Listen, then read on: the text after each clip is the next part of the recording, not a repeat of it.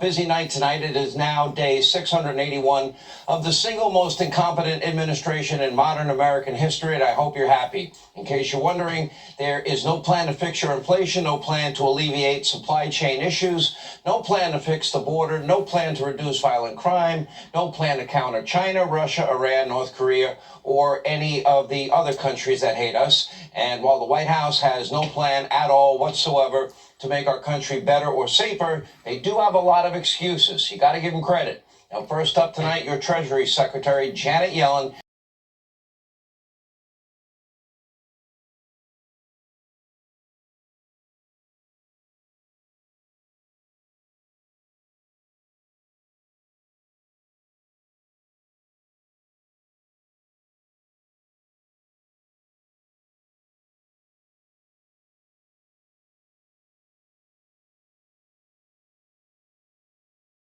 She is now blaming inflation on you. You caused it, the American people, and your bad spending habits. It's all your fault. According to Janet, we have just all splurged on too many computer screens and other electronic gadgets. Take a look.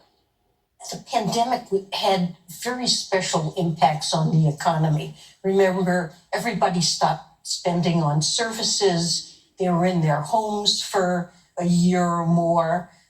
They wanted to buy grills and office furniture. They were working from home. They suddenly started splurging on goods. You're splurgers, all of you. Anyway, gluttonous splurging going on. Anyway, definitely not the trillions of dollars in unfunded government spending or the new restrictions on oil and gas. It is you, the American people. You bought too many computers, according to Biden's Treasury Secretary. She's going to get us out of the inflation mess. Good luck. Now, of course, this is only the latest dumb excuse for inflation. Remember, the White House, they also blamed all of this on Vladimir Putin. They blamed it on COVID-19. They blamed it on greedy American corporations. Even people that have diabetes, they're to blame. Take a look. Today's inflation report confirmed what Americans already know. Putin's price hike is hitting America hard. So this is really the result of, the United States and countries everywhere coming out of a historic pandemic. If you want to get rid of inflation, the only way to do it is to undo a lot of the Trump tax cuts and raise rates. No Republican is ever going to do that. Russia's decision to invade Ukraine, multiple successive variants of COVID, and lockdowns in China. Foreign-owned shipping companies that raise their prices. The price of gasoline is not set by a dial in the Oval Office. And when an oil company is deciding hour by hour how much to charge you for a gallon of gas, they're not calling the administration to ask what they should do. The vast majority of the economists think that this is going to be a real tough problem to solve, but it's not because of spending. Next, they'll blame Bigfoot. Who knows? Now, instead of fixing the problem, they'd rather make excuses.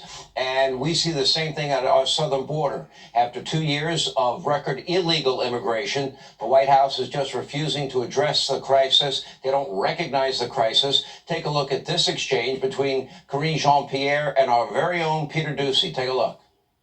We know the president's never been down to the border. The possible next speaker says that he wants him to go with him, so is he going to? So look, he's been there. He's been to the border, and since he took office. When did he go to the border? Since he took office, the President Biden has been taking action to fix our immigration system and secure our border. When has he been there? That's all a lie. Joe Biden never visited the southern border as your president. Take a look at the screen. This is just the latest in a stream of lies from the Biden administration. They have lied about pretty much everything under the sun, from Amtrak to taxes to federal debt, Social Security, President Xi, you name it, they lied about it.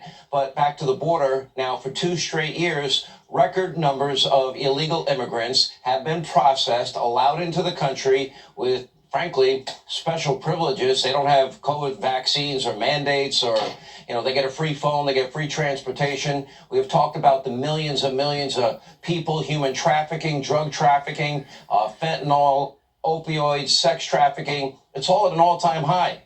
Karine Jean-Pierre is laughing about the mere prospect of Joe Biden taking a trip to the border to seeing how bad it is himself. This administration, frankly, they're worthless. In fact, they don't seem to even have the moral courage to tackle any major issue. And as we speak, we have brave Chinese citizens. They're risking their lives and limb to protest the country's repressive totalitarian regime. Joe Biden, he can't be bothered to say one little thing, not one voice of solidarity for the people that are risking their lives. Take a look. So you have a message to the protesters in China you put it on.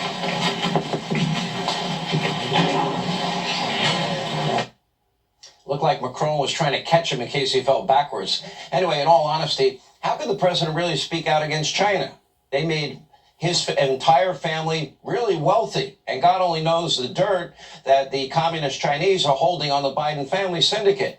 If you think about it, this is the same reason why Apple CEO Tim Cook, he refuses to say a bad word about China. Apple makes a massive amount of money because of the horrific sweatshops that they have in China, all while pretending to be a very woke company. So today on Capitol Hill, Tim Cook didn't want to talk about China. Take a look. Mr. Cook, do you support the Chinese people's right to protest? Do you have any reaction to the factory workers that were beaten and detained for protesting COVID lockdowns? Do you regret restricting airdrop access that protesters used to evade surveillance from the Chinese government? Do you think it's problematic to do business with the Communist Chinese Party when they suppress human rights?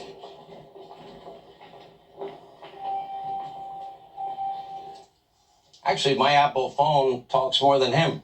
Anyway, keep in mind the ruling Communist Party of China doesn't just repress its own people. They also target the U.S. in a variety of very malicious ways. They steal our technology. Intellectual property theft is at an all-time high. They spy on American citizens. They harass our troops in the Pacific.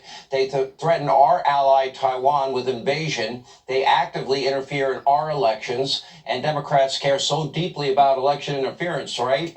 Now, according to a brand new report in Forbes, China is using its app TikTok in an attempt to shape our elections this year. Quote, TikTok accounts run by the propaganda arm of the Chinese government have accumulated millions of followers and tens of millions of views, many of them on videos editorializing about U.S. politics. Specifically, the Chinese state-run accounts criticized some candidates, mostly Republicans, and favored others, mostly Democrats.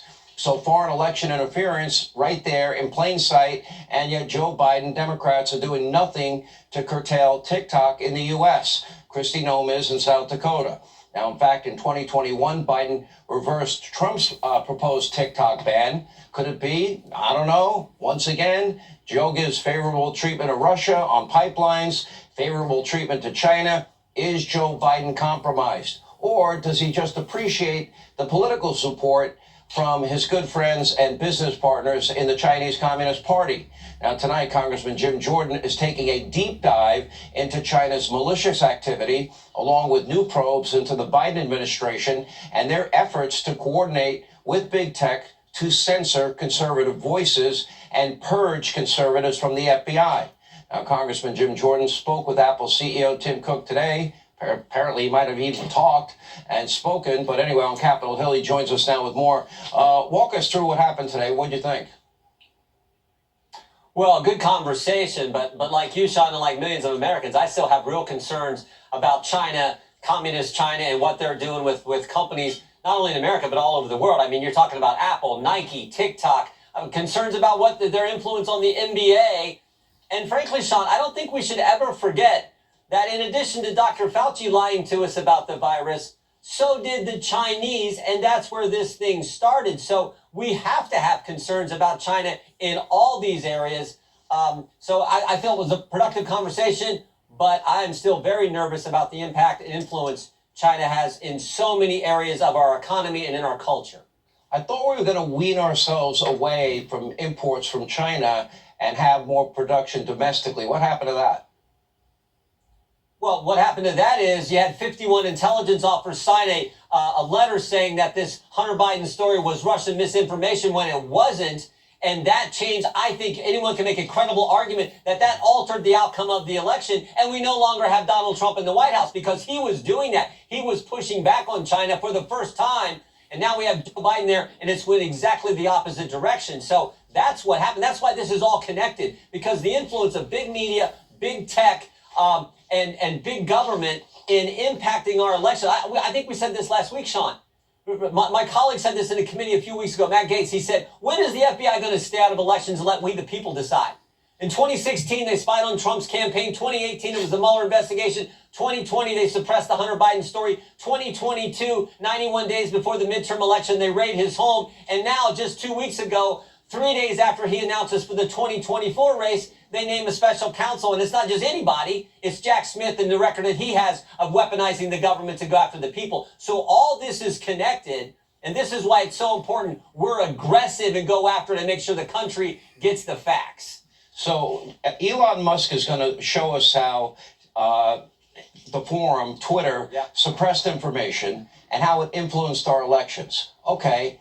What do you think we're going to find out there? And how does that dovetail into your investigation if our FBI has been politicized and DOJ weaponized? Well, we know Twitter did the same thing, that it was pushing down, throttling back information about the Hunter Biden story, but it probably did a lot more. It probably went after conservatives and things they were saying and made sure that those comments, that information didn't get to the country and the citizens of this great country. So we assume that's what he's going to show. But we also know just the overall bias there. What was it, a couple days ago, it was the Stay Woke T-shirts and things that he had that Twitter had there. So Elon Musk is doing a service to the First Amendment, doing a service to the Constitution, doing a service to the country, and I think, frankly, the world, in that he is bringing this all to light. Do you believe, based on what you know now, that you have enough whistleblowers that will confirm to the American people that the FBI plays favorites, that we have a dual justice system, that it has been politicized, and will there be any consequences for those people that are playing politics with what really should be the world's premier law enforcement agency? I do think it's political. I think the evidence is there. We've had, as you know, multiple whistleblowers, dozens of whistleblowers come to us and Senator Grassley. They're willing to do that because I think they trust us and they know how bad it is. We're going to get the facts out there. That's all we can do. But that's the first step. You have to expose it if you're going to stop it. We're committed to doing that. All right, Jim Jordan, thank you. We'll be looking forward to the hearings come the new year. We appreciate you being with us.